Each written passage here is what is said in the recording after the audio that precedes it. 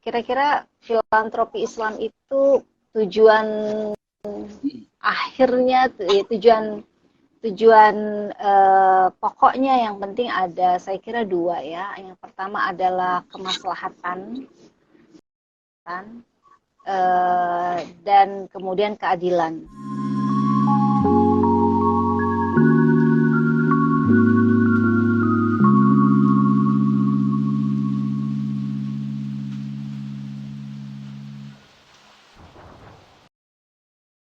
Bismillahirrahmanirrahim. Assalamualaikum warahmatullahi wabarakatuh. Salam sejahtera untuk kita semua. Selamat sore teman-teman sekalian. Senang sekali saya bisa bertemu lagi dengan teman-teman, menyapa kembali dalam rangka program Ramadan Enlightenment Ramadan yang diinisiasi oleh Nur Khalis Media Society. Nah, topik kita pada sore ini adalah soal zakat dan spirit filantropi Islam. Kita akan membahas topik ini bersama dengan Profesor Amelia Fauzia, PhD. Beliau adalah guru besar di bidang filantropi Islam. Jadi sangat spesifik dan tentu saja nih akan banyak hal yang bisa kita dapat dari perbincangan kali ini. Karena kita membahas dengan orang yang memang dengan sosok yang memang memiliki concern terhadap topik ini, kajian ini. Nah, teman-teman sekalian, kita tahu bahwa di dalam salah satu Ramadan ini yang paling sering, yang paling diwajibkan salah satunya adalah soal zakat. Nah, kita ingin memperluas perbincangan kita bukan hanya pada soal zakat, tetapi bagaimana zakat itu menjadi semacam untuk filantropi ya, untuk lalu nanti mungkin spesifik zakat akan dipergunakan untuk apa, lalu kemudian siapa saja yang katakanlah di luar asnaf ya, di luar asnaf itu 8 kira-kira, lalu boleh nggak diperuntukkan untuk orang-orang yang katakanlah berbeda agama atau korban spesifik. Nanti untuk korban kekerasan kita akan membahas itu secara spesifik, Bu Amel. Nanti akan dengan Mbak Yulianti Mutmainnah. Tetapi konteks ini kita akan bicara soal zakat dan spirit filantropi Islam. Silakan saya berikan waktunya ke Bu Amel. Baik, terima kasih. Assalamualaikum warahmatullahi wabarakatuh. Waalaikumsalam warahmatullahi wabarakatuh. Salam sejahtera untuk kita semua. Alhamdulillah wa syukurillah. Wala haula wala quwata illa billah. Amma ba'd. Senang sekali pada sore hari ini bisa join di sini sama Mas Fahru Rozi. Dan setiap kalau mau buka IG Live itu nanya dulu saya. Aduh, ketahuan jarang IG Live. Iya, tadi sudah diberi pengantar. Tapi saya kira ya memang disertasi saya, riset saya tentang filantropi. Tapi saya lebih ingin nanti ada pertanyaan-pertanyaan yang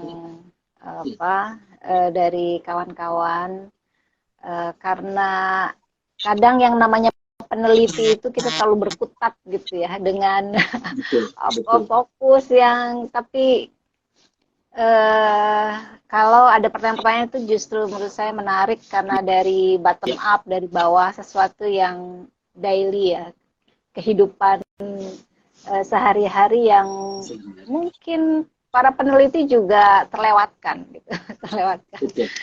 Jadi saya mungkin akan ngasih pengantar yang sedikit saja, kemudian lebih banyak kalau ada yang tertarik untuk melanjutkan tanya jawab gitu ya. Iya, oke. Ini Mas Fahru Rozi minta saya bicara tentang zakat dan spirit filantropi Islam. Jadi kalau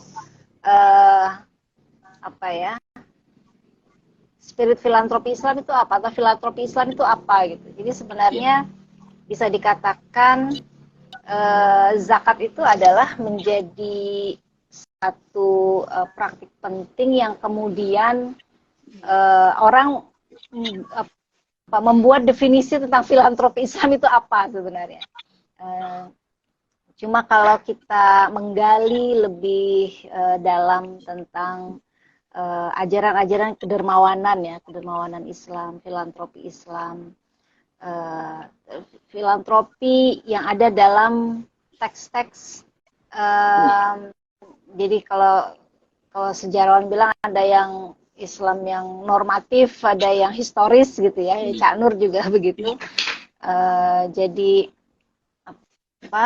dari situ terlihat bahwa kira-kira filantropi Islam itu tujuan akhirnya, tujuan pokoknya yang penting ada, saya kira dua ya. Yang pertama adalah kemaslahatan, dan kemudian keadilan, pengejawataan keadilan. Dan itu yang sangat kuat ada dalam ajaran Islam. Nah, kemudian tentang kalau tadi itu ada tujuan akhir ya, tentang bagaimana caranya kemudian tujuan akhir itu bisa dimanifestasikan, bisa dipraktikkan. Nah, itu banyak cara tentunya. Nah, ada yang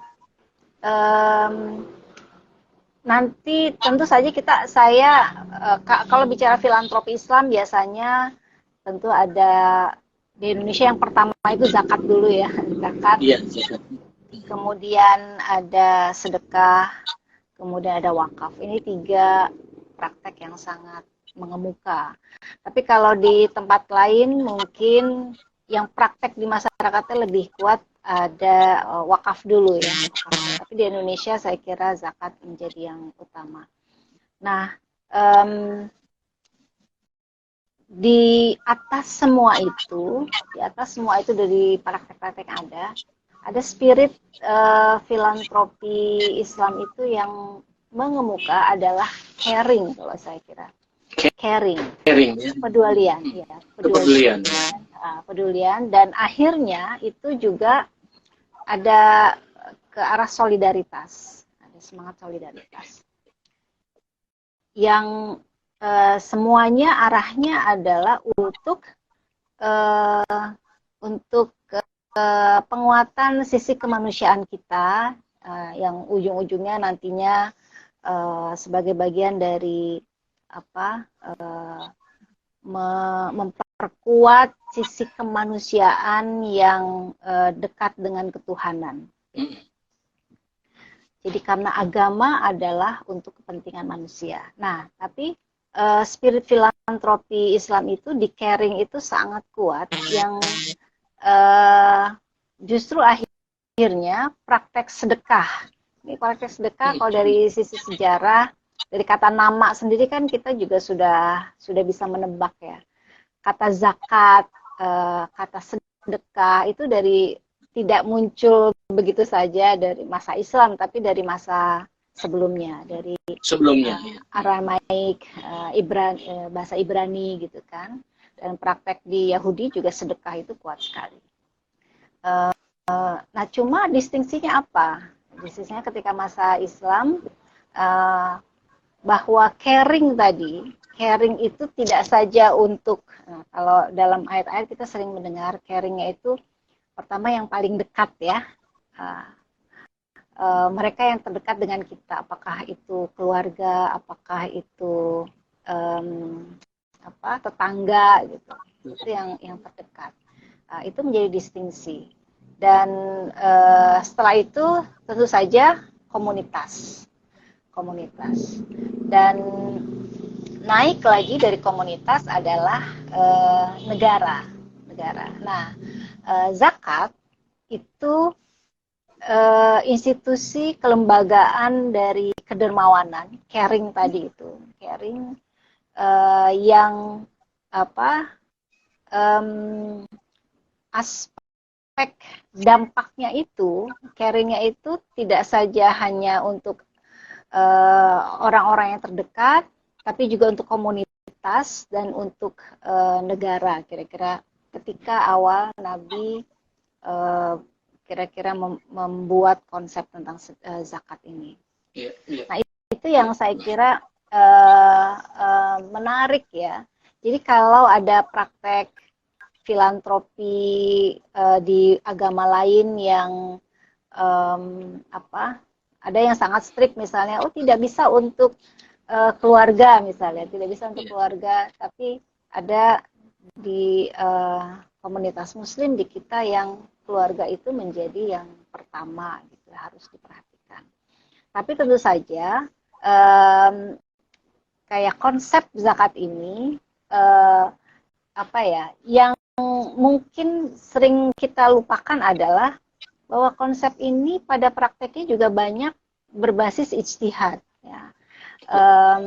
Kemudian dari apa dalam perjalanannya, kalau kita merujuk kepada Al-Quran, Al-Quran itu ada konsep besar tentang caring itu sendiri, kedermawanan, tentang solidaritas. Tapi kemudian bagaimana detail prakteknya, nah itu kepada hadis ya, kepada bagaimana Nabi Muhammad menjalankan, dan akhirnya itu dijadikan satu aturan. Jadi misalnya kalau kita sering, kalau tadi ada pertanyaan misalnya kepada siapa saja sih gitu kan diberikan zakat itu, selalu kita merujuk kepada yang pertama ke surat At-Taubah ya, At-Taubah ayat 60 itu yang innamas shadaqatu lil fuqara, sama orang fakir, kemudian masakin, yang miskin, kemudian al-amilina 'alaiha. Ini menarik karena kadang kita lupa bahwa zakat itu semuanya langsung dikasih, tapi harusnya memang ada yang mengelola. Dan mengelola ini juga harus diperhatikan. Kadang kita udah dananya full untuk istilahnya yang mereka yang duafa aja gitu. Mustahik aja. Iya.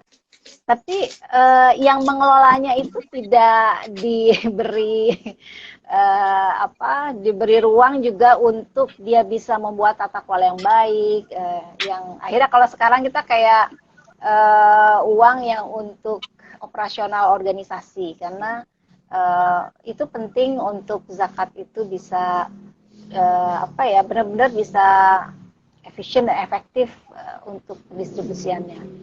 Dan kenapa harus ada amil di situ? Karena memang harus ada orang yang membantu, memfasilitasi solidaritas, kepedulian ini untuk kemudian bisa benar-benar dimanfaatkan dengan baik, disalurkan kepada yang kira-kira yang berhak gitu ya, yang berhak. Jadi memang amilin itu seringkali tidak terfikirkan. Orang selalu fokus kepada ini yang berhak menerima aja, ya amilin juga berhak menerima kalau dalam konsep ini, tapi benar-benar yang duafa. Dan si Umar dan seterusnya sebenarnya benar-benar memberi aturan amil ini juga dia memang harus diberi porsi, karena kalau kayak kita petugas pajak ya, kalau petugas pajaknya dia tidak mendapat porsi yang sesuai dan akhirnya nanti ada celah yang dia kok orang yang dikasih saya juga membutuhkan tidak dikasih kira-kira gitu. Jadi betul. Jadi amilin itu nomor 3 disebutkan ya, nomor 3 disebutkan dalam ayat ini, dan ini sebenarnya kira-kira konsep siapa yang membutuhkan ini itu hasil dari muncul ketika setelah perang Hunain. Jadi ketika itu ada kritik ya, kok ngasihnya begitu sih gitu pada Nabi, dan akhirnya dibuat konsep seperti ini. Dan yang ketiga amilin, kemudian yang mu'alaf. Nah ini juga karena realnya masyarakat Muslim ketika itu tidak hidup dalam diversity, saya kira sama dengan masyarakat sekarang ini, dan konsep mu'alaf itu tidak melulu yang untuk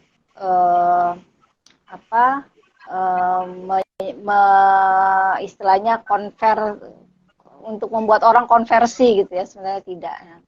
Itu dalam beberapa prakteknya di fikih juga sudah dijelaskan gitu. Kemudian wafir rikob. Nah ini saya kira menarik ya. Fir rikob bukan untuk rikobnya langsung, tapi fir rikob. Jadi upaya untuk memerdekakan. Jadi upaya untuk memerdekakan budak. Dan pada masa sekarang tentu saja bisa diterjemahkan dengan sangat kontekstual bahwa mereka yang hidup dalam kondisi mirip perbudakan itu yang kita bantu, tapi bagaimana dibantu untuk bisa keluar ya, bisa keluar. Jadi memerdekakan. Jadi bukan untuk budaknya dikasih selesai, jadi kayak jangka pendek. Tapi ini sebenarnya Wafir Rikob ini sebenarnya untuk jangka panjangnya. Kemudian Walgharimin ya, orang-orang yang berhutang, dan ini dari zaman dulu juga banyak orang yang berhutang, yang dianggap mampu juga, kreditur juga berhutang ya. Jadi ini ya karena apa ya, itu sangat manusiawi hukum alam, dan konsep banyak sebenarnya yang berhutang tapi tidak diketahui, dan orang mikir ini orang mampu, tapi sebenarnya betul. Ya, dan itu menjadi salah satu asnaf gitu ya. Nah, yang kedua terakhir ini Wafisabilillah dan Ibnu Sabil,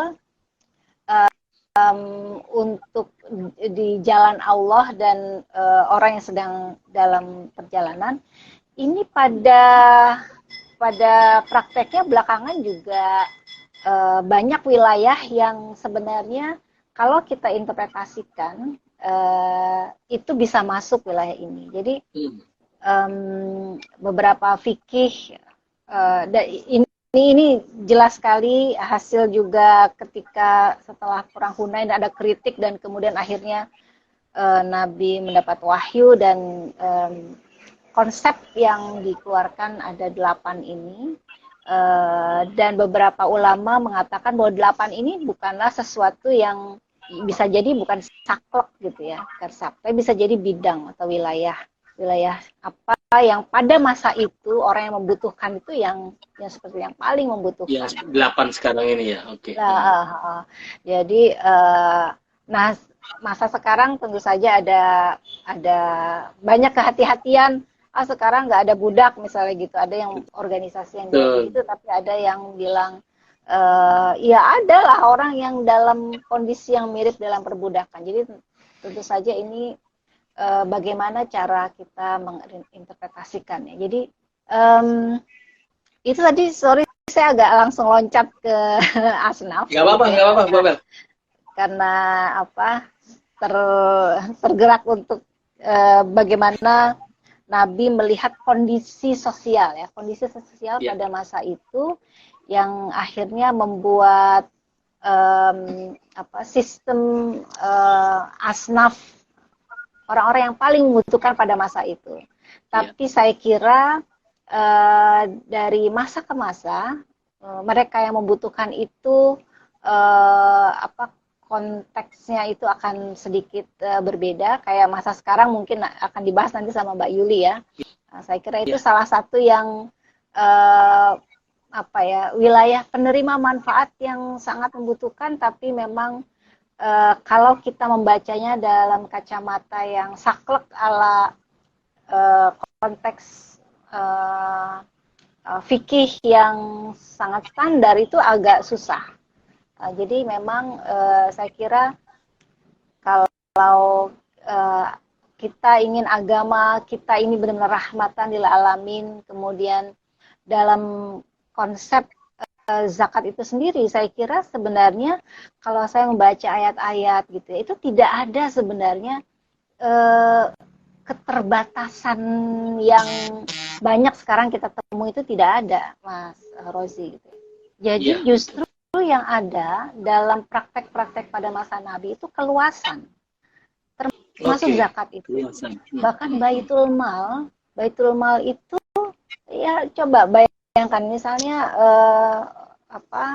Abu Bakar gitu kan, jalan ke satu tempat, di pertengahan jalan satu negeri itu ada orang-orang yang kena kusta, dan itu agamanya agama Nasrani, dan dengan tanpa pikir panjang, karena ini kemanusiaan, rahmatan lil alamin, dan istilahnya kekhalifahan apa yang dibentuk ketika itu adalah khalifahan yang mengayomi semuanya, justru mereka yang terdiskriminasi ini harus dibantu.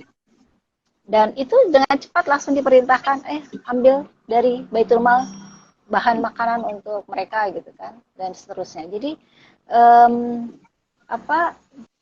konsep awalnya itu tidak ada apa ya namanya seperti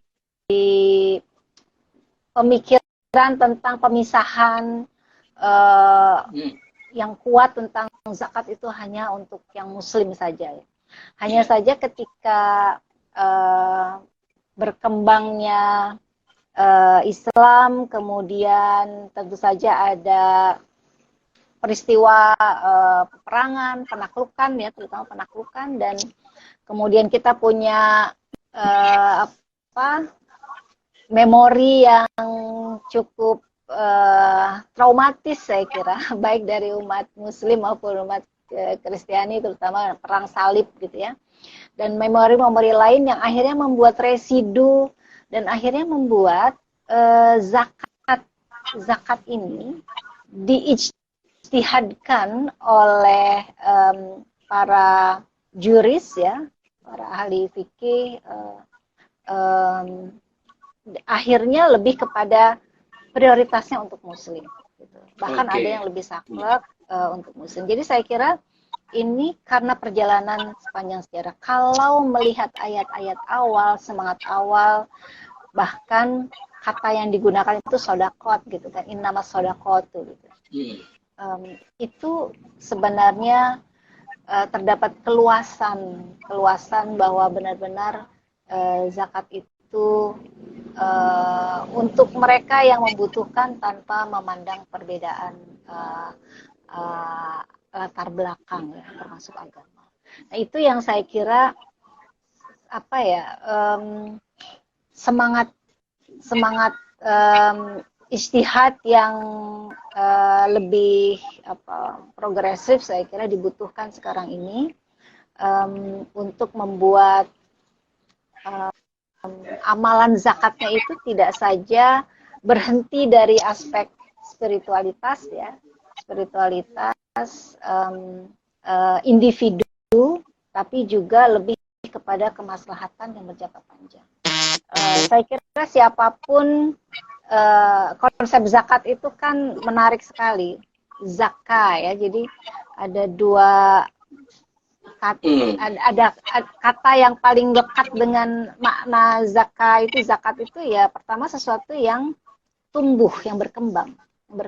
Jadi ketika orang berzakat gitu kan, ada semacam keyakinan bahwa nanti hartanya akan berkembang, akan bertambah, dan kemudian dia akan bertambah blessing itu berkah gitu ya, berkahnya akan bertambah.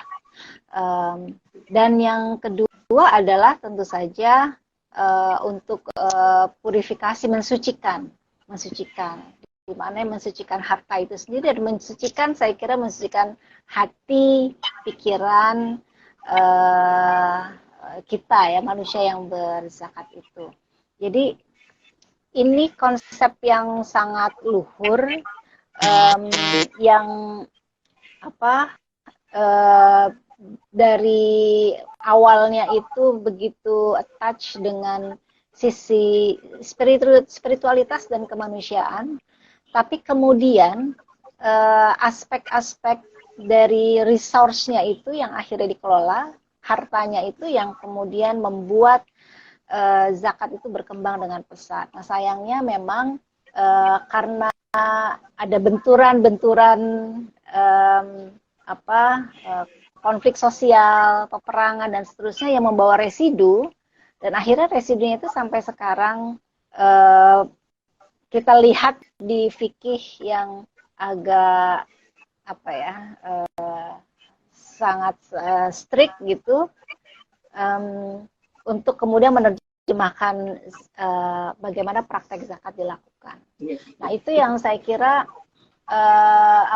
penting ya, karena zakat itu memang menjadi satu apa ya, praktek yang sangat krusial dalam ajaran Islam dan masyarakat Muslim. Tapi tentu saja filantropi Islam atau kedermawanan Islam itu tidak melulu hanya zakat, ya, tidak melulu hanya zakat. Jadi memang sedekah itu memiliki inovasi, ruang inovasi yang lebih dibandingkan zakat, ya, ruang inovasi yang lebih. Cuma memang zakat dia punya power tersendiri yang kuat sekali untuk membantu kepada mereka yang terpinggirkan, mereka yang terdiskriminasi, orang-orang kecil yang tadi kategorinya disebutkan ada 8 gitu ya. Itu kuat sekali. Kalau sedekah itu memang kayak kepada siapapun ya, pada siapapun. Itu jadi zakat itu sebenarnya ada kunci semangat untuk kepedulian, caring kepada mereka yang tidak saja membutuhkan, tapi mereka yang benar-benar terdiskriminasi itu. Diskriminasi dalam konteks sosial ya. Pada masa lalu diterjemahkan dan 8 asnaf ya, pada masa sekarang saya kira ada ruang-ruang untuk memasukkan mereka yang selama ini, misalnya kelompok difabel gitu kan. Iya, betul. Yang tidak korban kekerasan tadi. Korban kekerasan gitu kan. Para pengungsi yang justru sekarang kita unik ya. UNHCR misalnya, itu kebutuhan untuk pengungsi semakin lama semakin tinggi. Ada perang yang baru lagi ya di Eropa gitu kan. Dan dari komposisi pengungsi di seluruh dunia yang Muslim besar sekali. Jadi kalau kita menunaikan zakat itu kemudian kita tidak peduli terhadap mereka pengungsi, apalagi ada pengungsi yang Muslim, nah itu menurut saya bisa sangat disayangkan gitu. Bahkan orang yang non Muslim saja, yang tidak beragama, bahkan peduli terhadap pengungsi-pengungsi kita yang mayoritas Muslim itu. Kenapa kita tidak bergerak? Dan mungkin ini tantangan buat challenge buat kita semua, terutama bisa menjadi upaya-upaya yang harus dilakukan oleh ahli fikih misalnya gitu ya, untuk kemudian membuat istihad yang lebih kontekstual di masa sekarang. Karena sebenarnya walaupun kita mengatakan bahwa sangat strict zakat itu, tapi ternyata kalau kita lihat praktek yang dari masa Nabi dulu sampai sekarang itu sebenarnya istihadnya udah banyak sekali tanpa kita sadari. Iya. Kayak misalnya kita dengan mudah di sini bilang bayar zakat, ganti duit, uang gitu kan. Ada yang pakai Bitcoin itu pernah ada yang Bitcoin itu nukerinnya susah itu. Di Lazisnu dulu ya, sebelum ada fatwa itu, fatwa mengharamkan. Jadi sebenarnya ijtihadinya tuh sudah kuat, tapi memang sudah cukup banyak, tapi memang ada kekhawatiran yang nanti jangan-jangan tidak diterima, jangan-jangan nanti karena memang ada unsur spiritualitas yang sangat kuat di zakat, sehingga akhirnya kehati-hatian itu akan menjadi sangat penting ya. Betul. Mungkin sementara itu dulu ya, saya kira tentang zakat. Silahkan kalau Mas Rozi mau nanya atau yang lainnya. Iya. Saya kira menarik tadi sampaikan Bu Amel ini, teman-teman sekalian. Saya nanti undang teman-teman untuk ikut kontribusi di sini, mau nanya boleh, komentar juga boleh. Tetapi sebelum itu saya melihat bahwa begini, kalau tadi disampaikan bahwa ada unsur kehati-hatian di dalam zakat ketimbang wakaf dan sedekah, ini kan sebenarnya ada 3 tadi kalau kita bicara soal filantropi ya.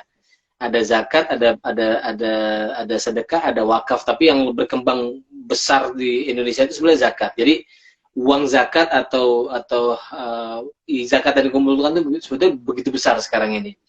Nah, cuma memang karena ada unsur kehati-hatian itulah, maka atau kewajiban itu, maka dia menjadi besar. Dan cara mengelolanya juga banyak orang yang tadi Bu Amel mungkin dalam satu sisi kita sudah banyak istihad dan maju sekali, tetapi dalam beberapa konteks itu masih ada kesulitan untuk memberikan zakat kepada orang non-muslim misalnya di sekitarnya. Saya tinggal di Pondok Cabe nih misalnya Bu Amel.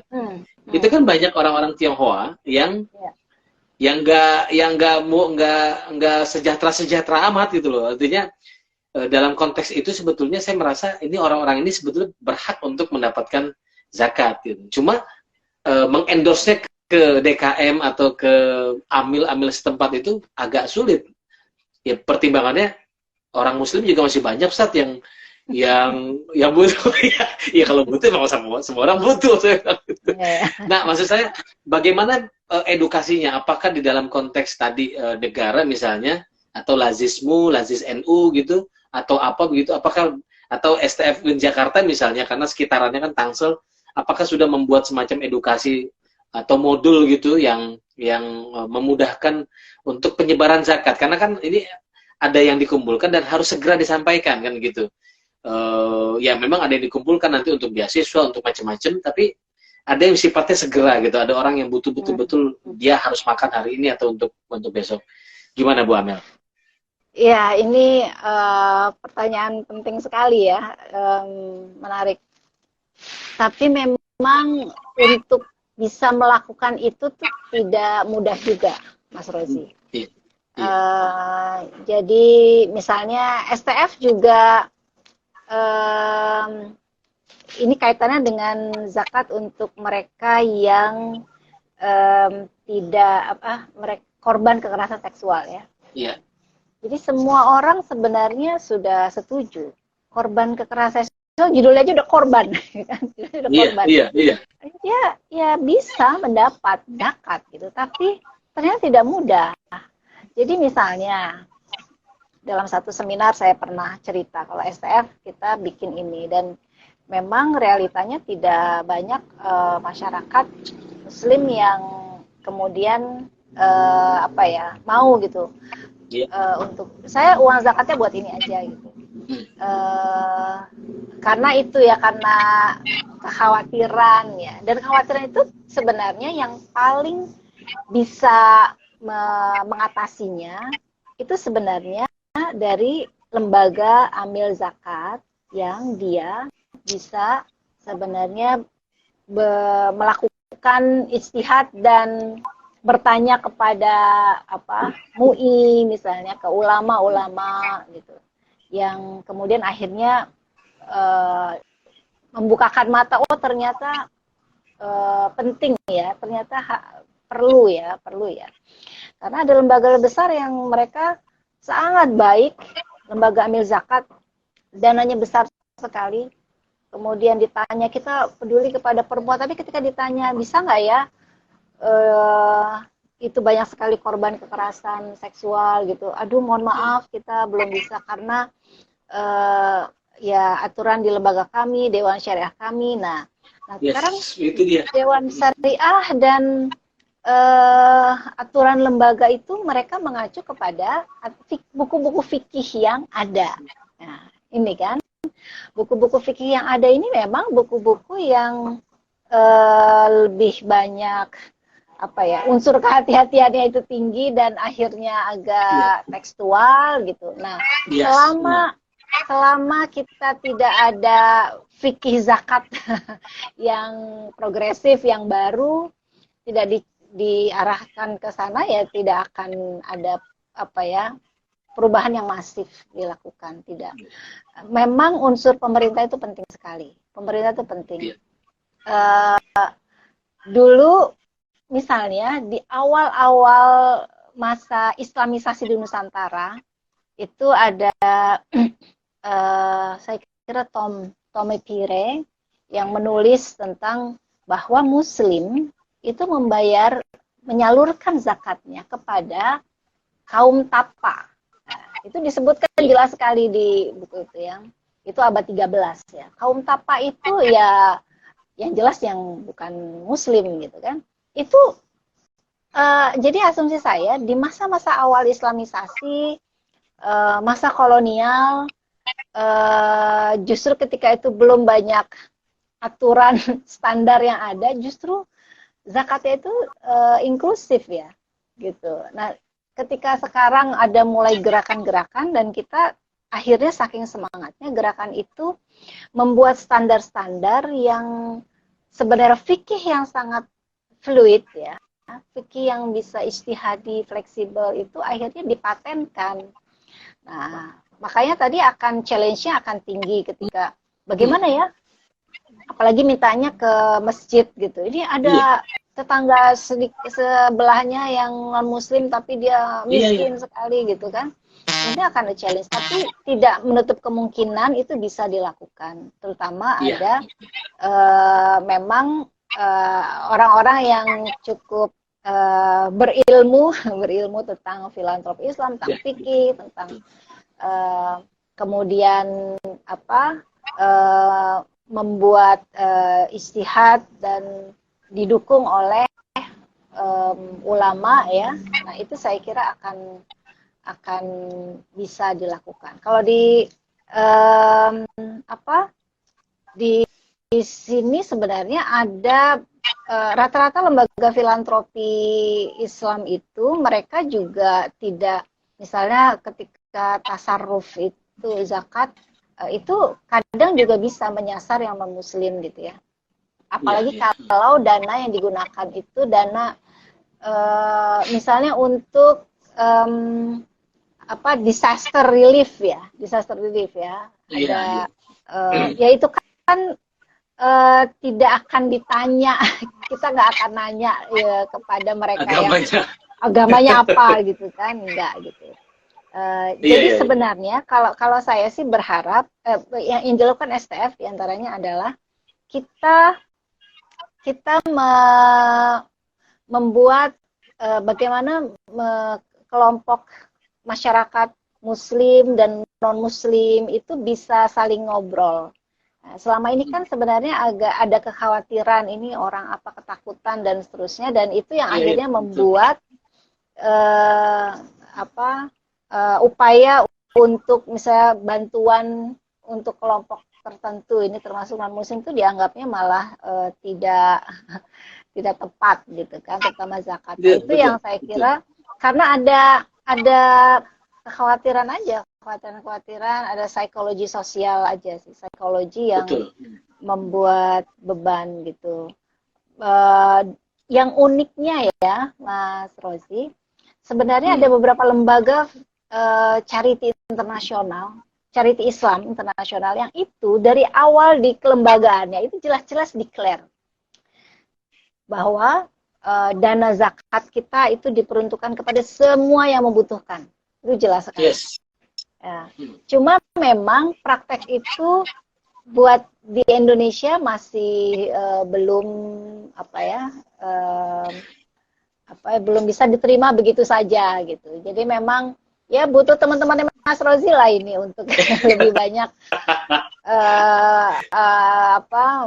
menuliskan upaya-upaya ijtihad, karena kadang kita pun ya kayak di STF ini kita misalnya bagaimana ya zakat fitrah kita pakai untuk ini yang untuk jangka panjang, untuk ini cuma ya Bu, ini aturan dari kementerian seperti ini, Kementerian Agama, aturan dari Baza seperti ini. Jadi memang upayanya harus ada dorongan dari ulama, dari scholars, para aktivis, ya kan, dan terutama dari pemerintah menurut saya. Karena di masa kolonial kok bisa kita sangat inklusif gitu loh. Semua lembaga berbasis agama itu charity-nya inklusif, termasuk yang Islam.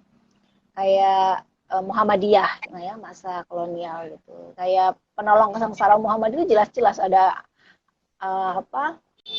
di aturan-aturan mereka, di prakteknya juga gitu, bisa gitu. Itu karena salah satunya intervensi, bukan intervensi ya, tapi dorongan pemerintah yang mengupayakan agar praktek kedermawanan itu menjadi ruang yang benar-benar kuat kemanusiaannya, jadi inklusif. Gitu. Jadi saya kira emang kelihatannya sederhana gitu, bisa nggak masjid lokal, tapi memang harus ada contoh-contoh ya, contoh-contoh yang kemudian orang melihat, oh ternyata nggak apa-apa juga tuh, oh ternyata sebenarnya dalilnya nggak ada larangan tuh, misalnya. Itu kan istihad fikih aja, istihad pemahaman ulama di abad terutama mungkin setelah abad 11 ya, 11 12 setelah masa itu abad pasca perang 18, iya betul. Ya, itu dan sebenarnya nggak, Quran ini sendiri nggak ada larangan gitu kan, secara langsung. Iya, itu dia, betul. Sejak awal kan peruntukannya betul-betul inklusif tadi Bu Amel sampaikan, dan spirit awal zakat itu kan sebetulnya untuk kemaslahatan ya, untuk kemanusiaan. Jadi nggak menyebut sama sekali sebagai du'afa, itu ya disebutnya sebagai du'afa. Tidak ada du'afa yang muslim, khusus muslim. Tidak ada du'afa muslim, tapi ya disebutnya du'afa masakin gitu ya, orang-orang miskin.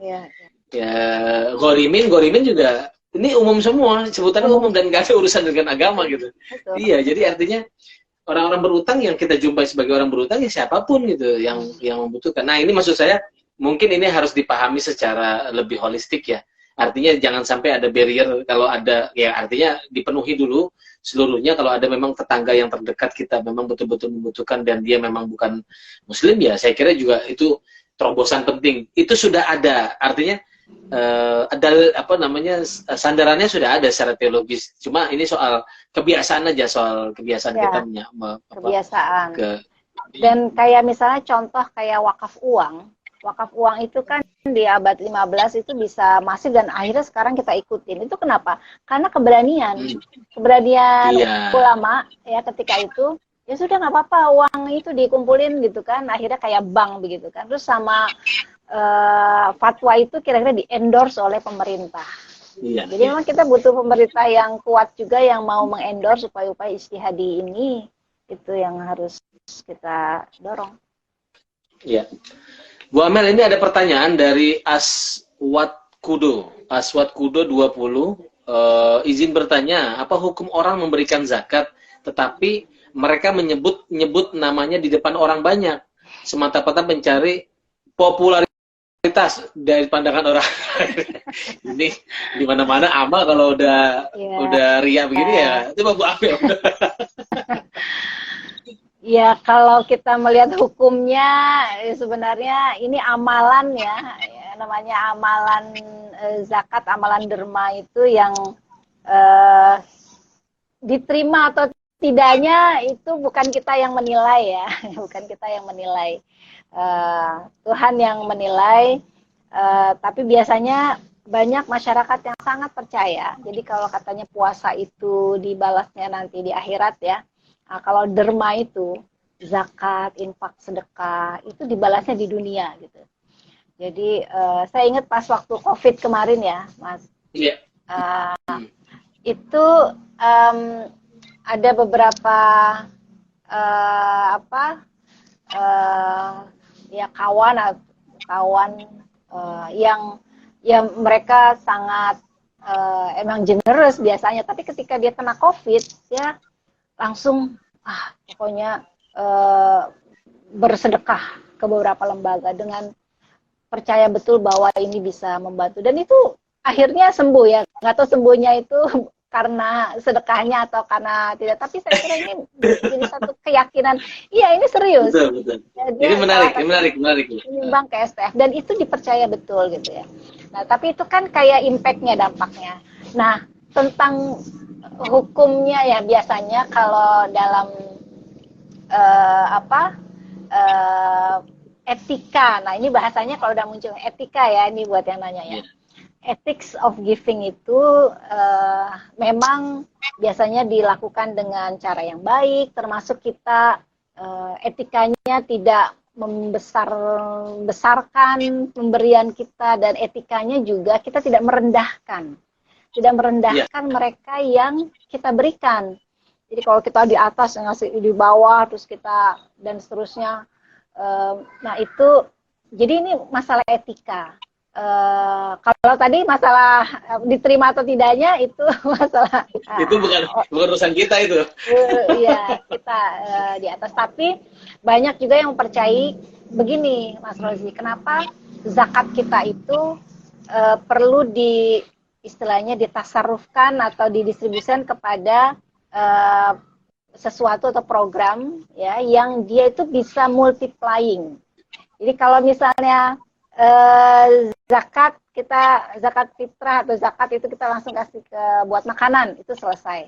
Tapi ketika misalnya buat satu program buat beasiswa, misalnya beasiswa itu anak itu bisa kemudian nanti ketika dia akhirnya menjadi muzaki lagi, dan jadi multiplying. Jadi itu diyakini juga pahalanya itu juga multiplying gitu. Makanya di Middle East itu mereka yang berwakaf itu besar sekali, jauh lebih masif dibanding ya kalau zakat itu kan ya 2,5% ibaratnya ya.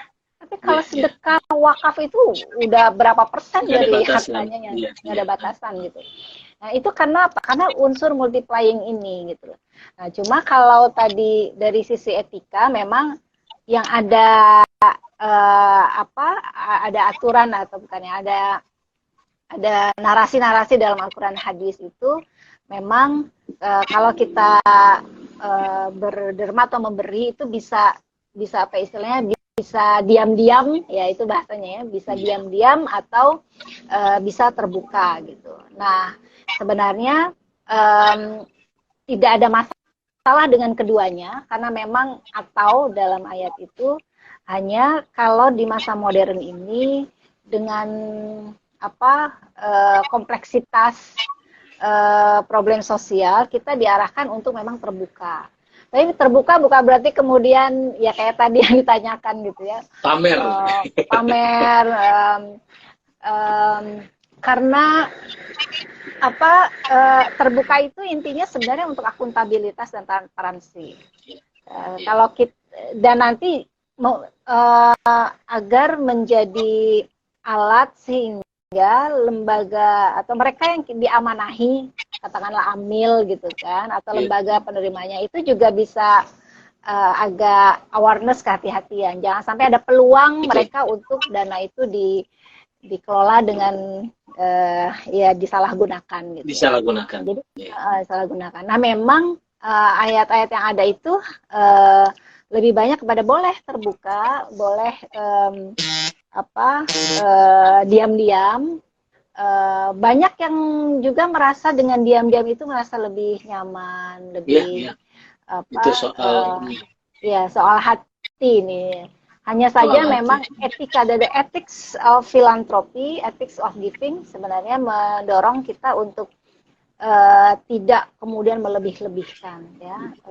Saya kira itu semangat seperti itu banyak dalam hadis ya, dalam hadis yang mendorong kepada itu tidak melebihkan. Cuma memang dari sisi hukum fikihnya saya kira tidak ada ya sampai itu. Hanya kadang ada yang akhirnya ada dampak sosial, misalnya begini, karena ingin terlihat orang harus antri gitu kan di rumahnya dan akhirnya berjubel dan akhirnya malah ada korban gitu. Dan akhirnya dana yang dikasih itu cuma berhenti di makanan ya, keluarga itu selesai gitu kan. Jadi tidak ada multiplying efeknya, malah ada korbannya.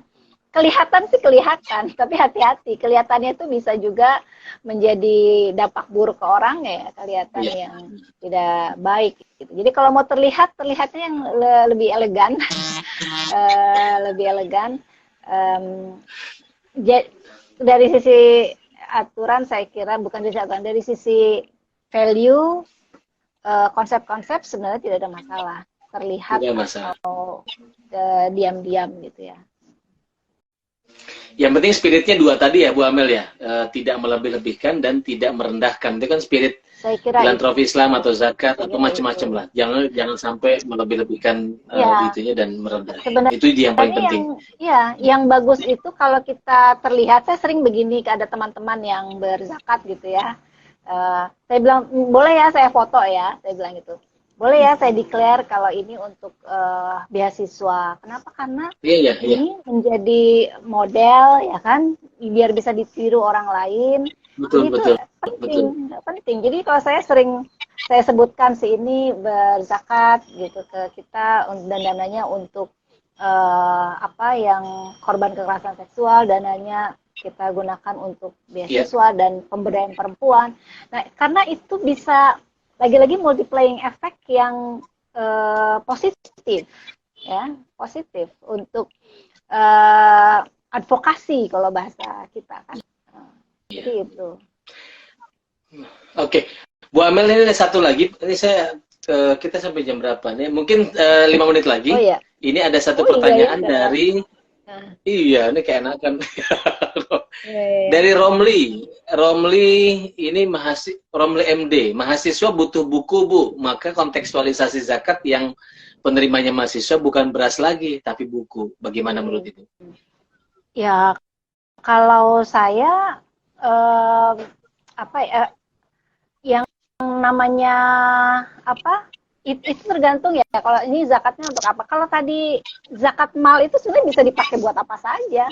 Iya. Mau buat buku, mau buat beasiswa, Ya, tadi uang, beasiswa tadi mau ya. buat program untuk bayar coaching, dia bisa apa belajar apa Iya, iya, iya. untuk UMKM. Jadi bisa apa saja. Jadi Mas Romli ini bisa apa saja. Buat buku, oke, gitu kan. Justru itu bagus itu untuk pembelajaran ya menurut saya. Justru kebutuhan masyarakat itu kan beragam gitu. Jadi tidak melulu kita beras ya. Toh berasnya juga dijadikan uang. Kalau kita beras dijadikan uang, dijadikan buku, ya, ya kalau langsung buku juga bisa saja gitu kan, bisa saja. Oke, semoga menjawab tadi Mas Romli. Satu lagi nih terakhir Bu Amel. Kalau zakat itu, kalau seseorang itu meminta zakat, dia merasa dirinya itu pertanyaannya, dia merasa diri dia itu butuh, lalu dia datang ke masjid, dia minta zakat, itu diperbolehkan atau bagaimana? Atau di Dia Facebook itu sekarang banyak orang yang di Facebook, di Twitter, itu banyak orang yang merasa dirinya itu, Pak, saya sudah 1 bulan ini menganggur, saya butuh makan, butuh ini, boleh nggak zakatnya untuk saya? Nah, kira-kira begitu model ininya. Kalau yang namanya berusaha meminta itu saya kira ya nggak apa-apa, itu kan usaha ya dia.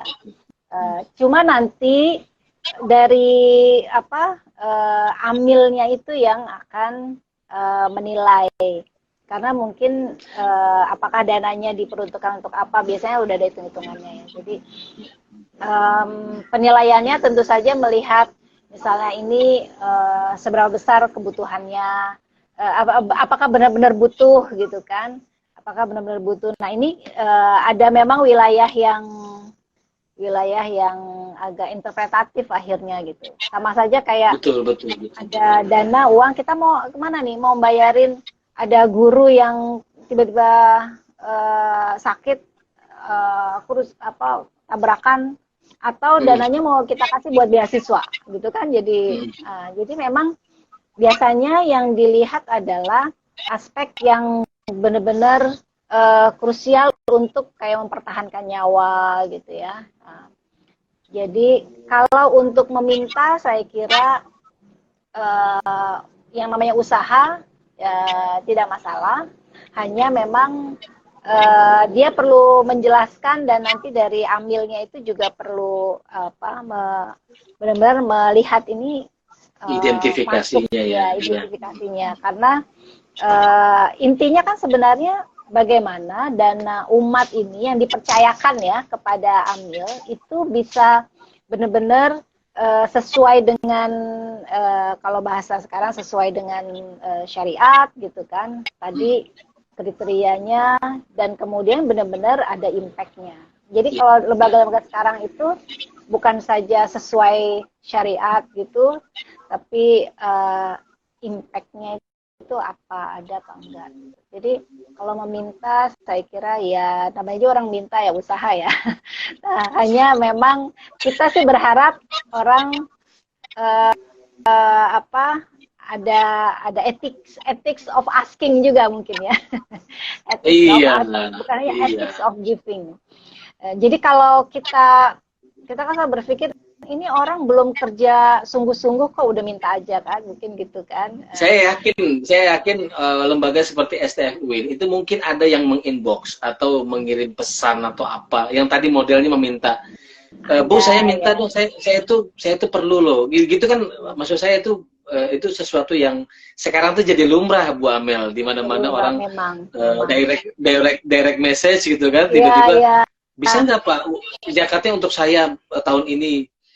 Ya, kita kan nggak kenal ini siapa ini. Itu dia, memang kita nggak kenal. Jadi memang itu palunya ada di lembaga untuk kemudian melakukan investigasi. Kita juga selalu gitu melakukan itu, ini orang siapa ya gitu kan. Tapi kalau memang harus kita coba teliti, siapa tahu memang benar-benar benar. Tapi kalau kita yakin bahwa ini sebenarnya nggak terlalu butuh, dia cuma asal aja nyoba-nyoba gitu kan, kita nggak kasih gitu kan, kita nggak kasih. Jadi ya ada ethics of requesting, ethics of ya dia juga saya kira. Oke. Ya itu saya kira fenomena yang tadi kenapa saya tanyakan, karena fenomena itu banyak menyasar ke beberapa individu atau bahkan mungkin lembaga yang lebih sering.